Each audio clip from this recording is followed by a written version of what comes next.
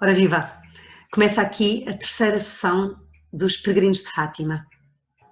Nesta terceira sessão saímos de Fátima. Todos os acontecimentos que estavam mais ligados com a própria covadeiria e com Fátima estão completos com a morte dos pastorinhos Francisco e Jacinta.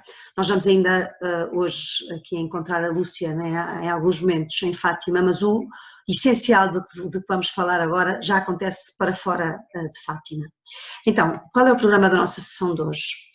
A nossa sessão de hoje tem como protagonista a Lúcia, tem como acontecimentos as aparições à Lúcia, ainda na covadeiria, mas sobretudo em Pontevedra e em Tui. Tem como orações uma oração e uma devoção aprendidas em Pontevedra e como documento a correspondência da irmã Lúcia, especialmente uma última carta. Veremos que hoje o nosso fio condutor é a própria vida, a cronologia da irmã Lúcia e portanto não faremos isto dividido nestes capítulos como fizemos nas sessões anteriores para favorecer a cronologia. Pegar na Lúcia e como foi ela a protagonista de todas estas coisas que aqui trazemos, acompanhá-la ao longo da vida. E começamos, aqui a temos, com a sua cara de rapariga decidida e até um bocadinho mandona, que sempre foi uma característica sua, embora aqui ela esteja muito séria e ela tinha muito sentido de humor e era muito alegre e bem disposta. A Lúcia nasceu no dia 28 de março de 1907, durante muitos anos foi tida como nascida a 22 de março. Porquê? Porque o dia 30 de março era Sábado Santo. O pai dela não gostava que os filhos estivessem muito tempo sem ser batizados, mas o senhor padre achava que no Sábado Santo era um dia de muito movimento e, portanto, só batizava naquele dia crianças que já tivessem uma semana de vida. Então, o pai da Lúcia disse que ela tinha nascido a 22 de março, conseguiu batizá-la no dia 30 de março e durante anos e anos e anos achámos que ela tinha nascido a 22 de março, mas não, nasceu a 28. Aqui, nesta fotografia, vemos a família já sem o pai, portanto, aliás, eles estão todos de luto, provavelmente terá acontecido isto depois pouco depois da morte do pai, que aconteceu em 1919, e a Lúcia é a mais nova de 6 irmãos, um rapaz e 5 raparigas, aliás, não estarão todas aqui, mas são então 6 irmãos. Quando esta mãe, Maria Rosa, a tia Maria Rosa, era uma mulher muito forte, muito boa, de bondade para todas as pessoas da terra, uma figura de referência na terra, uma figura de referência na própria família e uma pessoa que vai ser muito decisiva em todo o percurso da Lúcia, para o bem e para o mal, também com alguma dureza, durante as aparições. Como este irmão estava, e todas as irmãs estavam a fazer vários trabalhos, alguns mesmo fora, as irmãs a servir, a Lúcia vai começar a tomar conta do rebanho e como os primos depois lhe fazem companhia, por isso é que lhes chamaremos sempre os 3 pastorinhos, por causa de ser a irmã mais nova de uma família que está toda a trabalhar. Deste lado direito vemos a Pia Batismal da Igreja Matriz de Fátima, local onde foram batizados todos os 3 pastorinhos e a Lúcia antes de todos, aliás que está lá hoje em dia assinalado com esta placa a dizer que foram ali batizados todos os 3 pastorinhos e ela, como já foi dito, foi batizada a 30 de março, que era Sábado Santo. Esta é a casa da família da Lúcia, numa fotografia mais antiga, numa fotografia mais recente, e este embaixo era o quartinho da Lúcia, ainda com a cama pequenina, era o quarto que ela dividia com a sua irmã Carolina, e aqui ainda vemos uma cama mais pequenininha, depois a Lúcia terá crescido, não sei como é que resolveram o assunto das camas, mas era então nesta casa. O primeiro facto significativo na vida da Lúcia, de que temos notícia, ainda muito antes das aparições, é a sua primeira comunhão. A primeira comunhão da Lúcia assinala já uma espécie de predileção, uma espécie de sinal de que Nosso Senhor tinha os olhos postos nela e que Nossa Senhora a iria acompanhar durante toda a vida. Ela foi na véspera, a comunhão foi no dia 30 de maio de 13.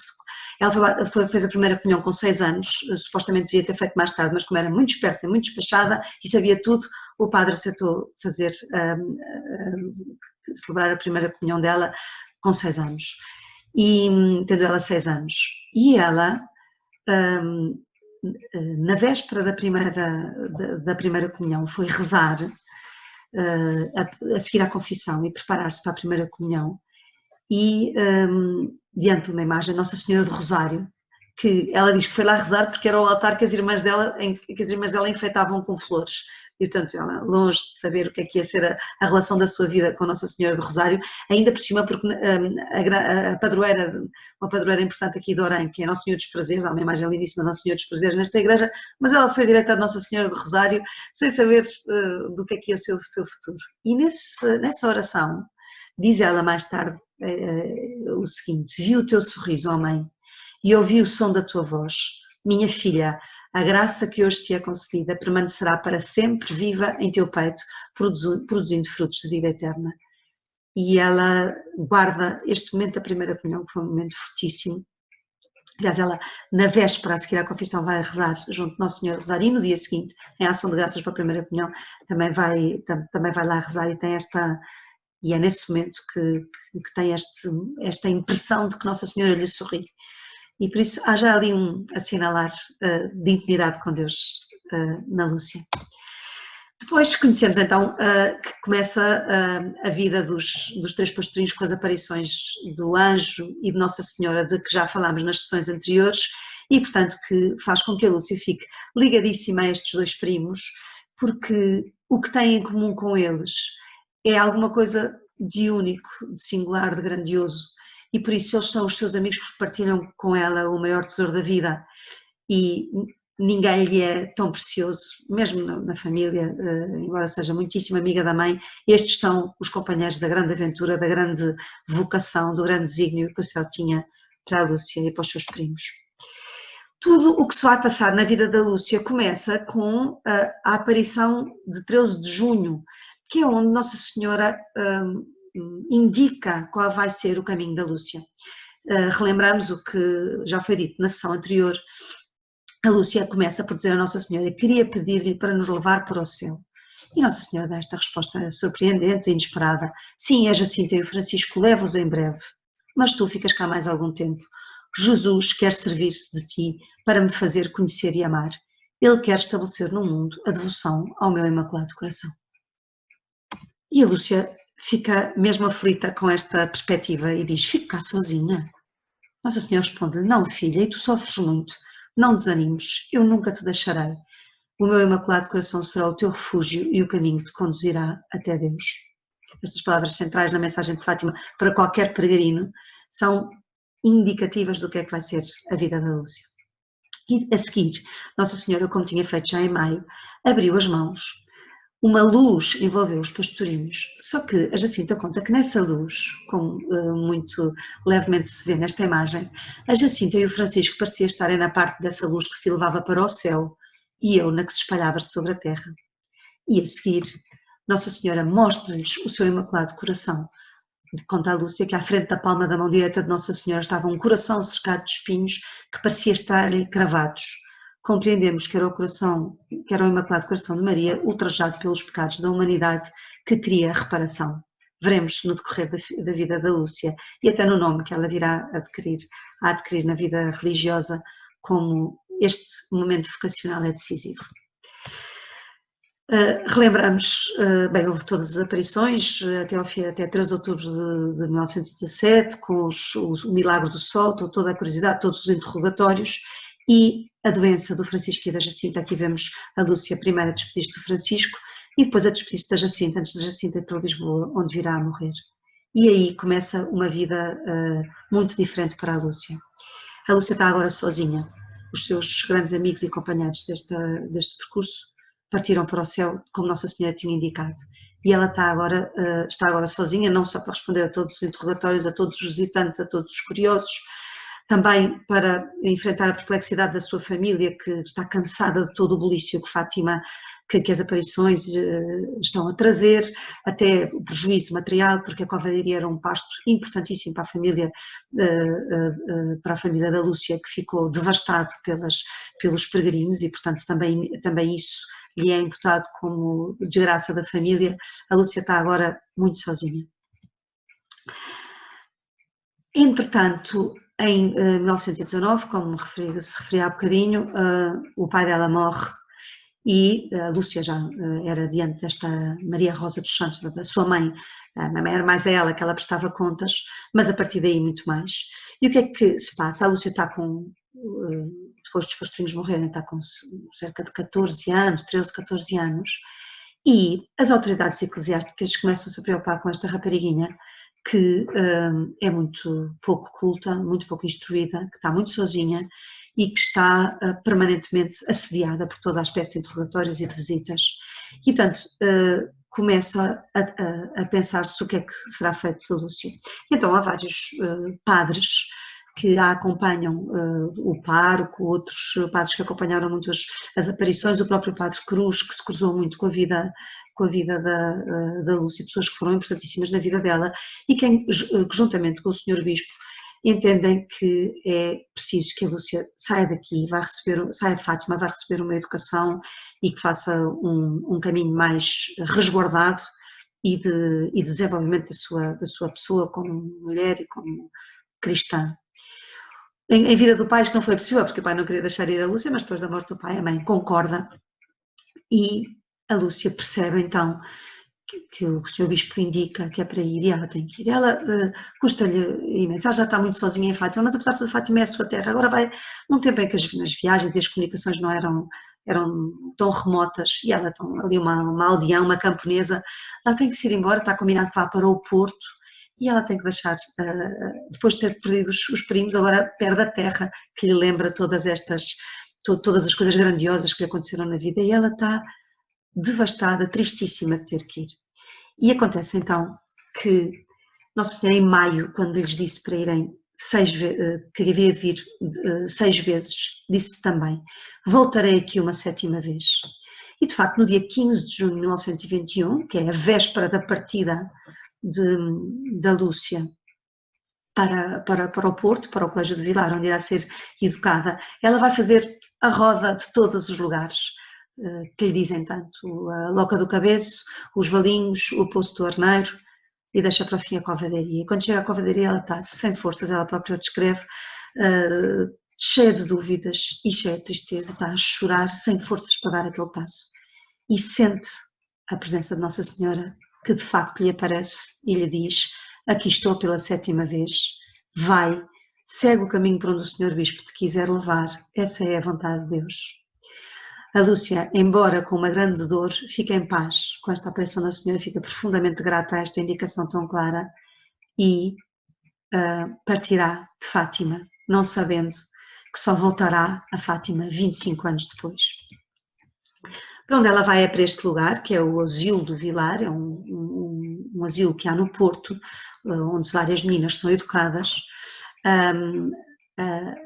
A irmã que toma conta deste asilo é uma irmã doroteia chamada Irmã Maria das Dores, e para defender a Lúcia de uma grande, pronto, de muitas curiosidades, a Lúcia passa a ser aqui conhecida como Maria das Dores, porque era o nome também da irmã, e portanto cresce neste lugar como Maria das Dores. Ela é, aqui esta fotografia, já ela tem 16 anos, portanto ela foi para lá com 14, este é aqui a meio do caminho.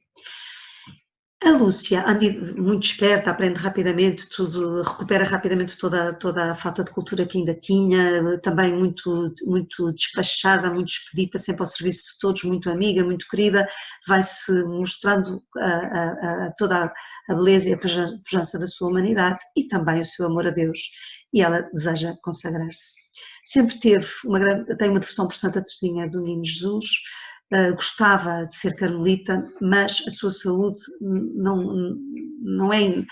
indica que ela deva ter uma vocação de clausura, e por isso está ali com as Irmãs Doroteias e acaba por sentir que naturalmente a maneira de se consagrar a Deus será na congregação das Irmãs Doroteias, e aos 18 anos pede para se fazer religiosa doroteia.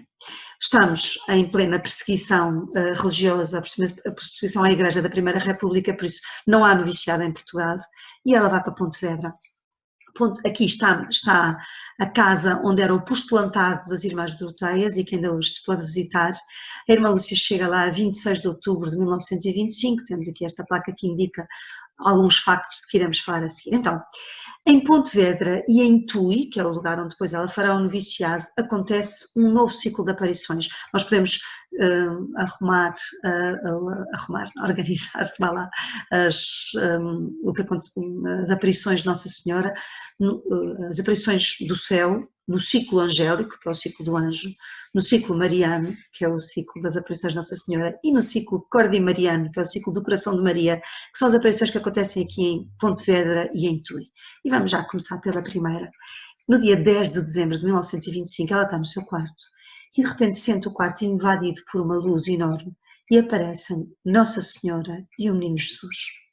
E Nossa Senhora traz o coração na mão, como tinha aparecido no tal dia 13 de junho, em que tinha sido indicada a vocação da Lúcia.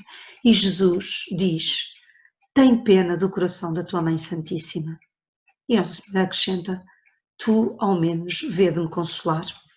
O diálogo é um bocadinho mais extenso do que isto, mas destaco estas duas frases.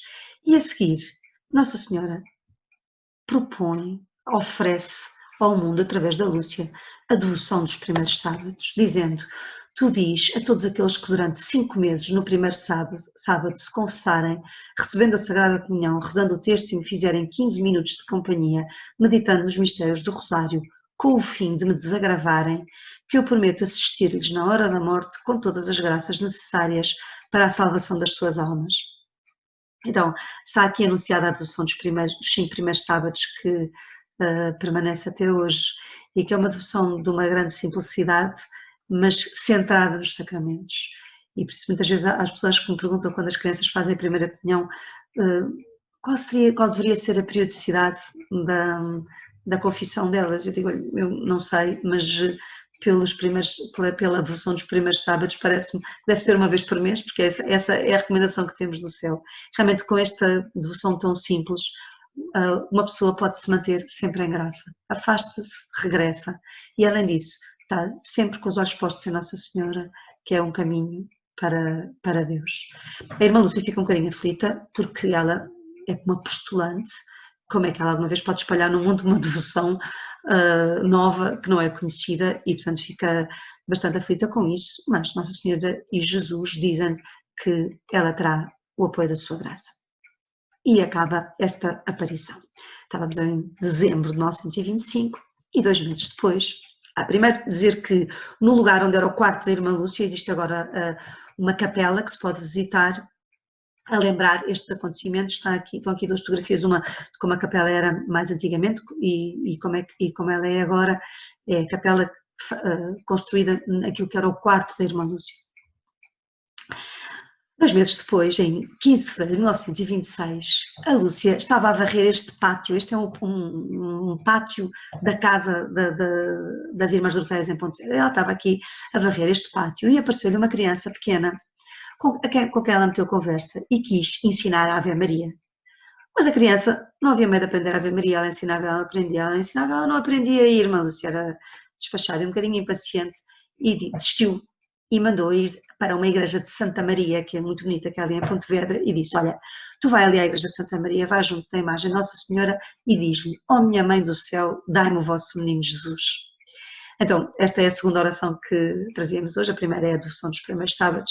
Esta oração, porque esta oração que a Irmã Lúcia ensina, por causa da criança não aprender a Ave Maria, parece-me que podia ser praticamente o resumo de tudo que a mensagem de Fátima é, e se calhar o resumo de tudo que é o lugar de Nossa Senhora na história da salvação dos homens.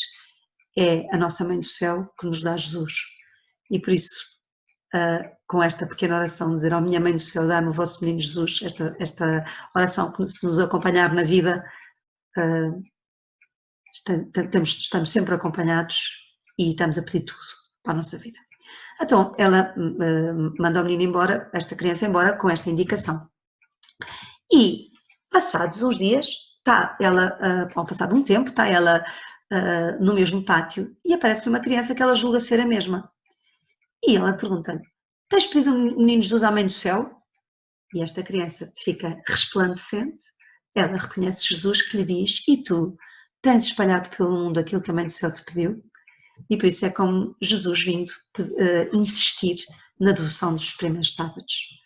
Então, esta oração de pedir o menino Jesus à Mãe do Céu e a devoção dos primeiros sábados eram as orações desta nossa sessão de hoje. E a partir daqui a irmã Lúcia vai se empenhar, fala com a superiora, fala com o confessor, eles sempre coitadinhos muito atrapalhados de verem ali aquela vidente que traz sempre novidades, mas a pouco e pouco ela, com muito sofrimento, com muita espera, com muito silêncio, mas vai conseguindo fazer passar esta devoção que está hoje espalhada pelo mundo. O noviciado das Irmãs Doroteias não era em Pontevedra era o postulantado, que é a primeira fase da consagração. O noviciado era em Tui. Esta é a casa que ainda hoje pertence às Irmãs Doroteias, que tem hoje outra utilização, mas que no tempo era o noviciado. E aqui vemos o noviciado no tempo da Irmã Lúcia. A Irmã Lúcia é a quarta da fila de trás, a contada à esquerda, a quarta contada da esquerda, e eram estas noviças, e ela para lá foi fazer o seu noviciado, que se inicia em 2 de outubro de 1926, portanto poucos meses depois da aparição que teve de Jesus.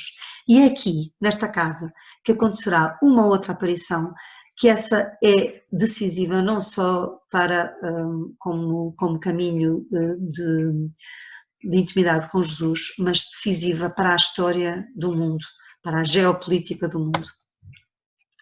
Nesta capela, esta é a capela com a configuração que tem mais atualmente, a capela da Casa de Tui. Nesta capela estava ela uma noite, tinha pedido licença para ir fazer uma adoração mais à noite e tem uma aparição misteriosa.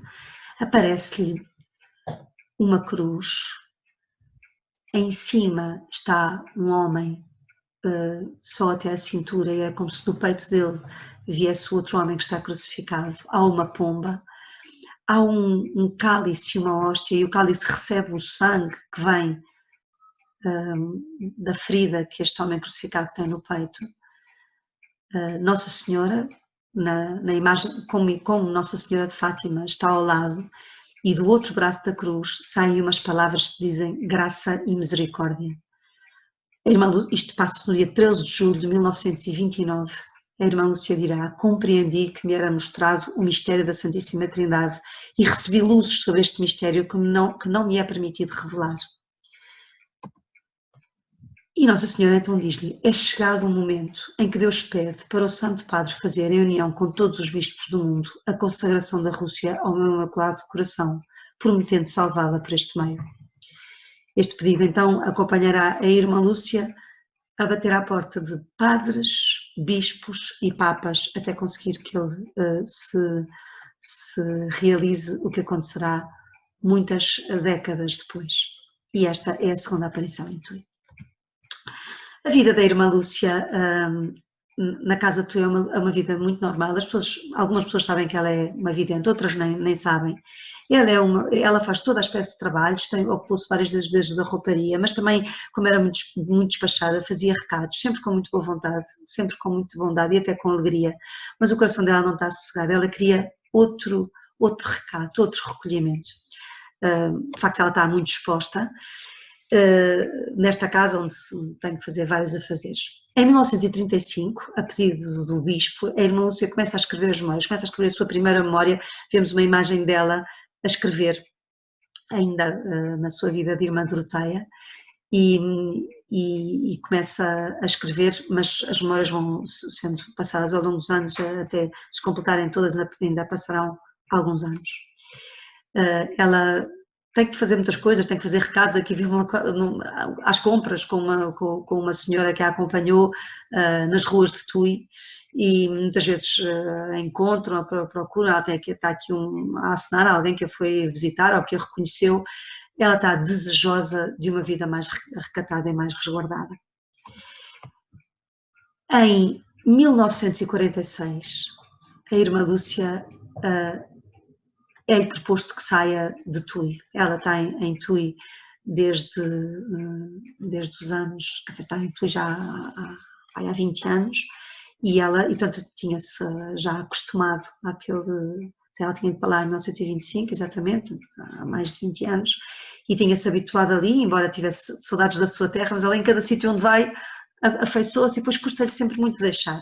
Mas sai de lá e acontece-lhe uma coisa extraordinária, que é-lhe permitido voltar a Fátima. A comoção daquele regresso a Fátima, a irmã Lúcia conta de uma maneira que é de arrepiar, ela chegar à Capelinha das Aparições, que nunca tinha visto, porque ela, quando saiu de Fátima, aquilo ainda não havia capela nenhuma, que só será construída mais tarde, e ela chegar ao lugar onde ela viu Nossa Senhora. Temos duas imagens desse momento em que ela foi rezar à Capelinha das Aparições, depois ela vai revisitar todos os lugares e é um momento delicioso, que é quando ela encontrou o seu tio, o Timarto, pai do Francisco e da Jacinta, e ela conta este maravilhoso diálogo, que ele lhe diz: que bela cachopa que tu estás, tu sim que valeu a pena vires a este mundo, lembras-te da minha Jacinta e do meu Francisco?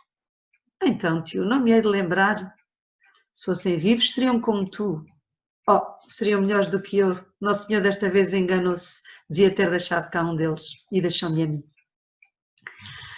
A irmã Lúcia, depois desta maravilhosa visita aqui a Fátima, já não voltará para a Espanha e está já muito perto o processo de conseguir o seu grande desejo de uma vida de clausura, e entrará para o Carmelo de Coimbra a 25 de março de 1948, 2 anos depois, onde irá professar a 31 de maio de 1949, vemos ali com uma coroa de flores na cabeça no dia da sua profissão religiosa. A irmã Lúcia viverá metade da sua vida no Carmelo, até ali foi o que conhecemos e relatamos. O resto da sua vida é uma vida normalíssima de carmelita. A única coisa é que ela é muito procurada, tem imensa correspondência, há imensas coisas que é preciso perguntar e continuar a saber. Ela escreve-se com padres, bispos, papas, mas a sua vida de carmelita é uma vida normal. Do lado esquerdo, a primeira imagem de Nossa Senhora que lhe é oferecida. Do lado direito, cá embaixo, uma fotografia dela com o Imaculado Coração de Maria. Há várias fotografias da irmã Lúcia com o Imaculado Coração de Maria, veremos mais adiante uma com ela já mais velhinha, e a irmã Lúcia no Jardim do Carmelo. Em 1967, portanto quase 20 anos depois disto, é o cinquentenário das aparições, e Paulo VI, que acompanha, que está... É um dos papas que, não o primeiro nem o único, mas que se interessou pela mensagem de Fátima, ao ponto de, na terceira sessão do Concílio Vaticano II, ter feito uma consagração do mundo a Nossa Senhora, aproximando-se dos moldes daquilo que a irmã Lúcia tinha pedido.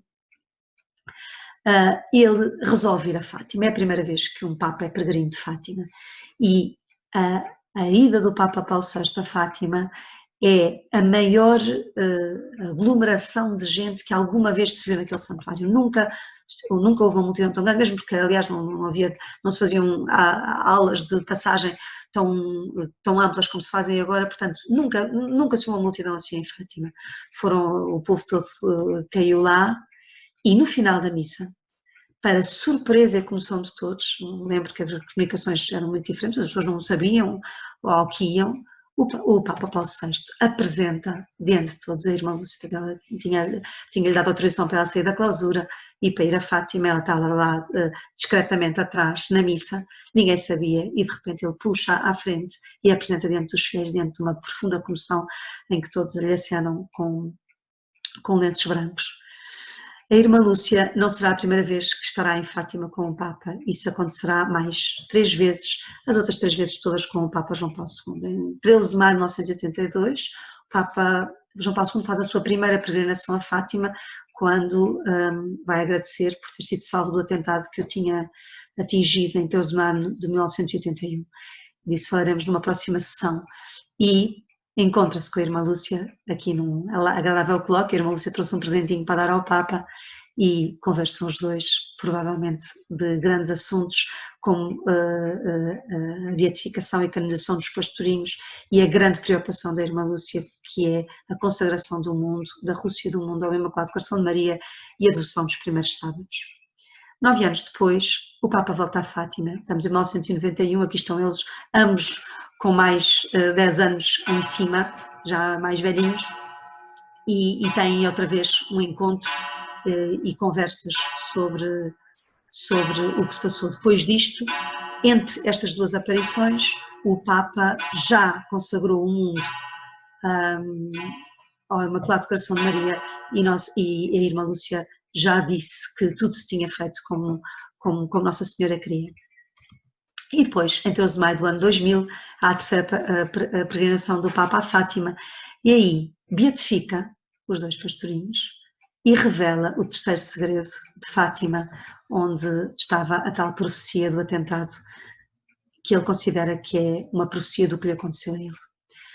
Então, a irmã Lúcia está quase a chegar ao fim da sua vida, ainda há algumas imagens para mostrar a simplicidade da sua vida de carmelita, onde ela envelhece rodeada de muito carinho, de muito amor e de uma vida muito simples, apesar de todas estas visitas. Ela está aqui a sua cela e a sua máquina de escrever, a irmã Lúcia até muito tarde escrevia, e já com as mãos muito tolhidas pela idade e pela doença, mas escrevia, respondia a cartas e esse era um dos trabalhos que a ocupava em Fátima por causa de todas as pessoas que a contactavam. E chega o fim da sua peregrinação na Terra e também o documento especial que vos trazia hoje. A irmã Lúcia já está aqui muito velhinha, estamos em 2005, ela está com quase 98 anos, está com 97, quase a fazer 98 anos e já tem a comunidade à sua volta porque ela está mesmo a morrer. E o Papa João Paulo II manda-lhe uma carta. O Papa João Paulo II manda-lhe uma carta neste dia, que é o dia em que ela morrerá, 48 dias antes também o próprio Papa partir para a casa do pai. Essa carta vai por fax para a Anunciatura, a Anunciatura entrega ao Bispo de Coimbra, que a leva, e ela é lida ao ouvido à irmã Lúcia.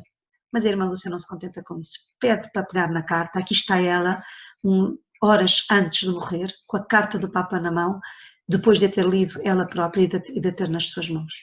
E a carta, e com isto terminamos, diz o seguinte: Reverenda Irmã Lúcia de Jesus e do Coração Imaculado, Carmelo de Santa Teresa Coimbra, informado do estado em que versa a sua saúde, venho afirmar-lhe a minha união afetuosa, com a particular lembrança da sua pessoa junto de Deus, do Deus de toda a consolação, para que possa superar serena, resignada, meritoriamente estes momentos de provação, unida a Cristo Redentor e deixando-se iluminar pela sua Páscoa.